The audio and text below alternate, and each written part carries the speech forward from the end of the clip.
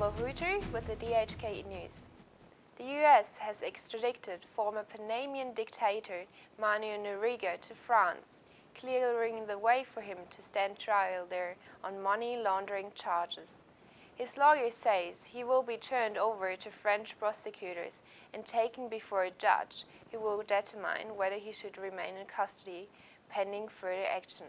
The French claim Noriega laundered $3 million in drug proceeds by purchasing luxury apartments in Paris. Noriega was convicted in absentia, but France agreed to give him a new trial if he was extradited. He's facing up to 10 years in French prison if convicted. A veteran Italian mobster was arrested after 17 years on the run, but the crowd cheered him as he was escorted out of a police station. Giovanni Tigano, a member of the 'Ndrangheta organized crime group, was on the list of Italy's 30 most wanted fugitives. Officials described the 70-year-old as a notorious figure in the crime-ridden area and hailed his arrest as a tough blow to the crime syndicate, based in the poor region of Calabria and considered more powerful than the Sicilian mafia. The British ambassador in Yemen has escaped unarmed after a suicide bomber in a school uniform detonated an explosive bolt. The blast, which wore the hallmarks of an Al-Qaeda attack, took place as Tim Taylor, 52, traveled to work in the Yemeni capital of Sana'a. Yemeni sources said that Mr. Taylor, a moored car, had been traveling through a neighborhood in the eastern parts of Sana'a, known to be popular with militants, when the explosion happened. The attack has cast doubts over the effectiveness of the Yemeni government's ongoing crackdowns against Al-Qaeda's militants in the country.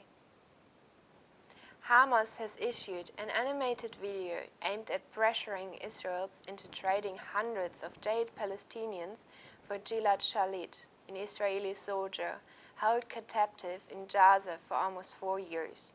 The 3-minute cartoon shows Shalit's father, Noam, pacing a dreamscape of empty streets on the billboards bearing the voice of Israeli leaders to recover his son. Grown, stopped and bearded, he finally received the soldier in a flag-strapped coffin. Hamas said it wanted to reach the wide Israeli public and the end among stalemate in German and Egyptian mediated talks on a prisoner swap.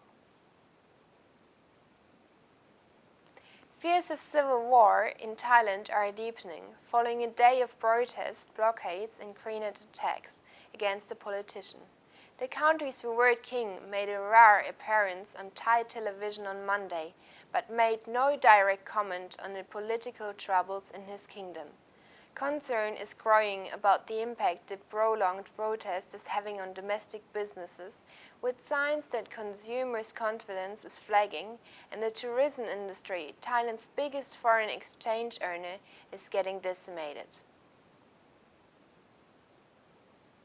And finally, DHK will be launching News Bulletin in German language next Wednesday, so please join me for that.